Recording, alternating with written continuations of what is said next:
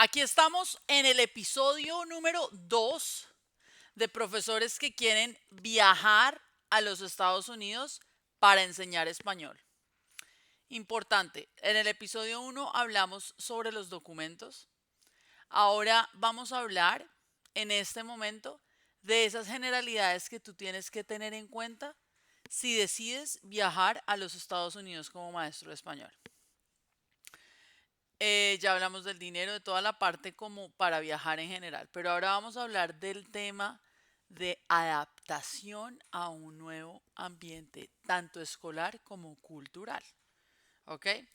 Es importante que tengas en cuenta tres momentos que van a surgir cuando tú llegas a los Estados Unidos a enseñar. Primero que todo, la emoción de la llegada. Llegas, vas a sentirte completamente feliz, logré un éxito, estoy muy contento por haber llegado. Y ese es el periodo de emoción más grande que hay, el inicio de la llegada. Después de un tiempo de un tiempito, de 2 meses, de un tiempito, ¿cierto? Vas a empezar a sentir el otro, valga la redundancia, sentimiento de extrañar lo que dejaste atrás, porque tal vez la comida no te gusta o tal vez extrañas ciertas comidas, ciertas cosas. Entonces, cuando llega ese momento, es el periodo de muchas personas que toman la decisión de quedarse solo un año y regresarse. Pero otras personas pasan esa siguiente etapa y pueden lograr adaptarse y lograr que los 3 o los 5 años en los que estés haciendo de profesor de intercambio sean una maravilla. Esta segunda etapa es, yo digo, la más importante, porque si tú la atraviesas, logras una estabilidad tanto emocional como mental, ¿cierto? Entonces, durante esta segunda etapa que te estoy hablando, que es la etapa de la crisis existencial, van a llegar momentos en los que no sabes, extrañas de pronto la comida, digamos, las cosas culturales, pero también hay una cosa súper importante y es el adaptarte a un nuevo currículo académico. Y esto es muy importante porque yo creo que este episodio se basa más que todo en esa parte que te voy a contar. El currículo acá es muy diferente a los otros currículos que tú has venido trabajando. Bueno, por ejemplo, en mi caso en Colombia hay diferentes programas educativos dependiendo de la filosofía de cada escuela o de cada colegio, ¿cierto? Entonces hay colegios IB, hay colegios que se llaman bilingües, hay colegios que no son bilingües pero son inglés intensivo y hay colegios que no son inglés intensivo pero que ven inglés de vez en cuando semanal o todos los días una horita o algo así, pero cada colegio tiene una filosofía diferente. Acá es importante tener en cuenta que el currículo depende del estado, ¿sí? Bueno, en Colombia también el currículo depende del gobierno, del Ministerio de Educación, estoy hablando en el caso de mi país, pero cada colegio tiene una serie de independencia frente a cómo manejan esos currículos. La idea es cumplir unos estándares y al final del proceso académico, pues los niños tienen que cumplir con unos objetivos que tienen que verse evidenciados cuando presentan un examen nacional o un examen estatal. Aquí, ¿qué pasa? Cada estado tiene estándares, tiene un currículo que se maneja de acuerdo al estado.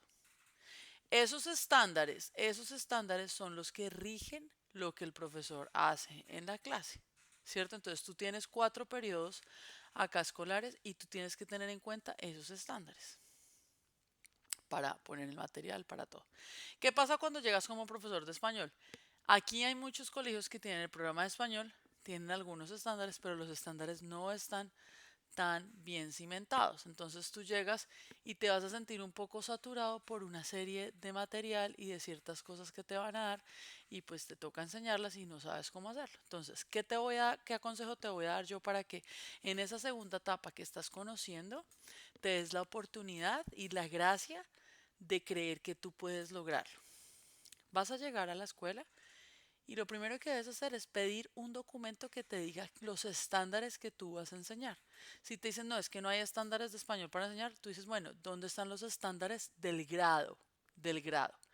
Si son estándares de inglés, por ejemplo, ELA, English Language Arts, ¿cierto? Entonces tú vas a tomar esos estándares y de acuerdo al material que tengas de español, vas a tratar de adaptar tu material para darle cumplimiento a esos estándares. Por ejemplo, yo te cuento a ver de mi grado, cuarto grado, estamos viendo en este momento narrative text. Ese es el estándar, digamos, que se tiene que ver en inglés. Entonces, ¿yo qué hice? Pues tengo una serie de material en español y yo también voy a trabajar el texto narrativo, ¿cierto? Entonces, mi base va a ser el estándar, pero yo voy a adaptar el material que tengo para poder cubrir eso, obviamente de acuerdo al nivel de lengua de los estudiantes. Pero ¿a qué voy con todo esto? Voy a decirte que es muy, muy importante que tú pidas los estándares del grado, ¿sí? Que preguntes qué estándares de español hay, si hay de español, si vas a enseñar español, si vas a enseñar inglés, pues pides los estándares, ¿sí? Durante esa etapa te des la gracia de observar, de conocer, de preguntar todos los procesos que se hacen en el colegio. Normalmente los colegios tienen una persona que se llama coach o entrenador, ¿cierto? Entonces siempre preguntarle a esa persona que te explique qué procesos hay en los colegios. En Estados Unidos se manejan muchos procesos dentro de los colegios. Entonces tú vas a escuchar un montón de letras, que RTI, que AIP, que tucutucu, que la calaca, que yo no sé qué. Bueno, esas dos que dije últimas mentiras, ¿eh? Pero vas a escuchar una serie de siglas y de nombres que tú vas a decir, Dios mío, ¿qué es esto? Y uno haciendo la cara de que sí entiende. No, no te dé miedo preguntar. No te dé miedo llegar el primer mes en las reuniones, anotar todas esas cosas que tú no entiendes, que tú estás mirando, que tú dices, ¿qué es esto? ¿Qué es todo esto que no sé? Y después sentarte y preguntarte, mira, en la reunión se mencionó esto, ¿qué es una RTI? ¿Qué es un IP? ¿Qué es un 504? Entonces tú solito vas anotando en tu cuadernito, en tus cosas, para que tú te puedas adaptar. Cuando tú preguntas, te adaptas. Estamos hablando de la segunda etapa del proceso de llegar acá. ¿Sí? ¿Qué pasa? En muchos casos, pasa que tú logras superar esa etapa, pero todo depende de tu actitud, ¿cierto? Como también, bueno, eso es desde la parte académica, desde la parte cultural, participar en diferentes eventos sociales de la comunidad, tratar de participar en cosas, no solo enfocarte en lo que tienes que hacer en el salón de clase, sino también enfocarte en cómo hacer parte activa de la comunidad. Es decir, hay un evento, listo, vamos para conocer. Va a haber un evento en el centro de la ciudad.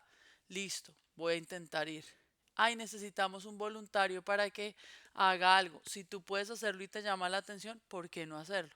Son cosas que te van a ayudar a adaptarte. La adaptación no es fácil, pero se logra.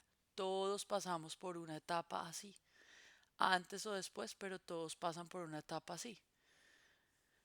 Y así es en todo en la vida. Esa es la segunda etapa. Entonces son estrategias. Ya hablamos de dos etapas. La primera que es la emoción de la llegada, que dura un tiempo, y después la realidad de tener que adaptarte. Esa es la segunda que hablamos.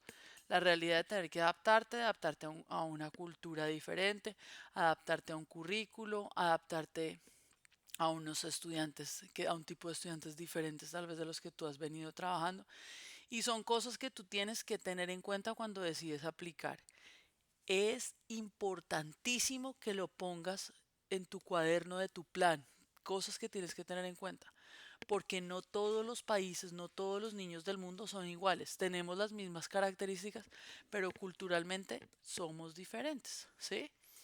Entonces, bueno, si tú eres suramericano, tendrás un estilo de vida diferente a un europeo, ¿cierto? Entonces, todas esas cosas hay que tenerlas en cuenta. Si tú estás en España, pues hay que tener en cuenta que la educación en España puede ser diferente a la de Estados Unidos, el sistema es diferente y tú no puedes llegar a los Estados Unidos a adaptar otro sistema, porque la idea no es esa, tú tienes que adaptarte al sistema y aportar al sistema desde tu aprendizaje, más no tratar de cambiar el sistema. Eso es muy importante que lo tengas en cuenta, porque nosotros como profesores hispanos tendemos a, uy, hay que cambiar esto, hay que cambiar lo otro, hay que cambiar lo otro.